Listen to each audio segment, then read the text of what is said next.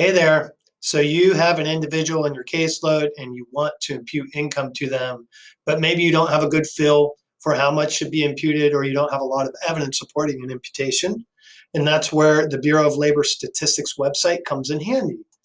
So I'm going to go up here in my browser. I'm going to punch in bls.gov, and we'll land on the home page. You'll see it takes you to a series of drop downs at the very top. I'm going to data tools.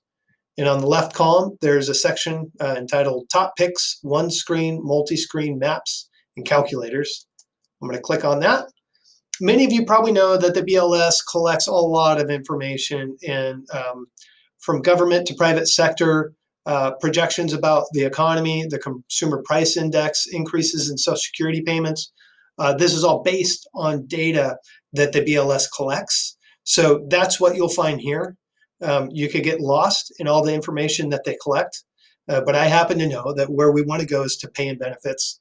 That's on the left side here, so I'm going to click on that. Now, what we're looking for is the Occupational Employment Statistics Survey, and that's a survey done every 2 years where BLS goes out and they ask employers to tell BLS how many people they're employing in the industry, and then the breakdown in pay rates for those people. So that information is right here. You can see on my cursor the OES survey.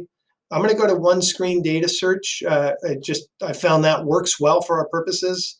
You could go to Data Finder if you had time, you want to explore and see what other options there are. But for now, let's go here. And then you're going to get 4 more options. I like using multiple occupations for one geographical area. So I'm going to click there. And then you get yet more options. So you can select by national, state, or metro area. And as you'll see, what this does is that if you choose national, it's going to aggregate all the information into a national statistic, which in my mind isn't particularly helpful for what you're trying to do in court. And the same could be said at the state level because there's such a wild swing in what someone can earn, let's say, in our area, versus LA County or Orange County or places like that where pay rates tend to trend higher. So fortunately, you can go to metro or non-metro area. And this dialog box or this drop-down box pops up, and you'll see regions for each state listed in alphabetical order. I'm going to scroll down to California.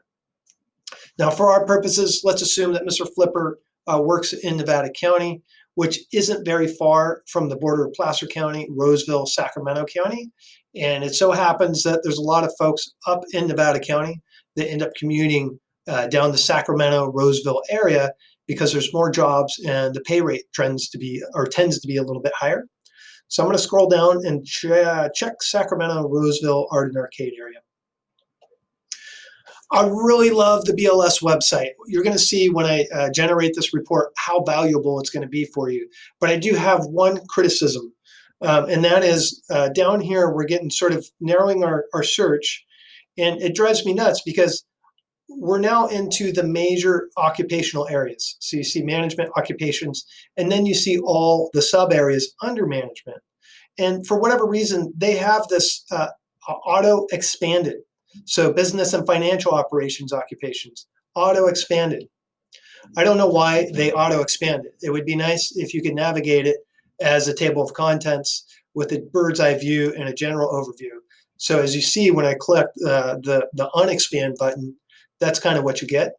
I think if you don't know the BLS website, this makes it a little bit harder and more cumbersome because there's a lot there, as you can see.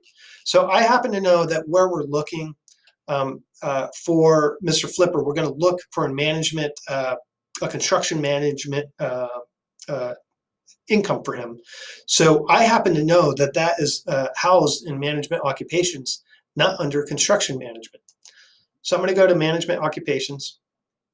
I'll scroll down here and I'll find construction managers right there. And we get yet another series of choices. What I'm looking for, and remember what we're looking for, is trying to establish what the pay rate is for this occupation. So I'm going to stick with hourly and just kind of ignore all the annual assessments of that. So I'm going to go hourly mean, and what I'm doing is I'm holding down my control button, clicking with my mouse, still holding down my control button. And I want to see the mean wage, aka the average wage, as well as 10th, 25th, 75th, and the 90th percentile. Okay, and then I'm going to hit next. You can see that it also does it in annual percentiles, but we'll just stick with hourly percentiles. And then one more choice to make. You can print it out in HTML or Excel. Excel formats very nicely, especially if you plan to submit this in court as a piece of evidence. So I'll hit submit, and then it's going to drop a report down on the bottom of my window here. I'm just going to open that up. So what you see here is it gives a summary of the information we're looking for, starting with the area we're looking in, Sacramento, Roseville Art and Arcade. And it does indicate that the survey was done in May 2019, and that the area we're looking at is construction managers. So it gives us the hourly mean rate, the 10th, 25th, 75th, and 90th percentile. We all know percentiles because we all took the LSAT, and you'll recall that the higher you are in the percentiles, the less people that are going to be in that area. So for the 90th percentile, the pay rate is actually $88.66 for a construction manager, and that means only 10% or less of individuals are going to earn that income, right? There's different approaches to how you utilize this information. In my court, I tend to trend a little conservative about what I want to impute. So I may go with the 10th or 25th percentile. I'm still going to include the 75th and the 90th percentile because that tells my court, hey, you know, I could have argued for something higher, but I'm being a nice guy here and I'm going for something lower. And also the reason why I do that is because I don't want the court to think that I'm, you know, just trying to maximize the support by all means. So I do go a little bit lower. I'd probably go with the 25th percentile here, given the information that we're getting in this report. Steve Eldred has said that, you know, one way to approach this is to tether it to the skills and the experience of the individual. So if you have someone, for example, that has 10 years of construction management experience with the title of construction manager, then maybe you're shooting for the 90th percentile or 75th percentile. Whereas if you have someone with only a few years or they've never officially had that title, then maybe you go a little bit lower. I think a lot of that is going to depend, obviously, on what you're comfortable with and knowing your bench officer. So one last thing is that we are including in the materials a request for judicial notice so that you can get this into evidence. I really hope that you start utilizing the BLS website in your caseloads, particularly on imputation cases, self-employment cases, and I hope you enjoy the rest of the presentation. Thanks.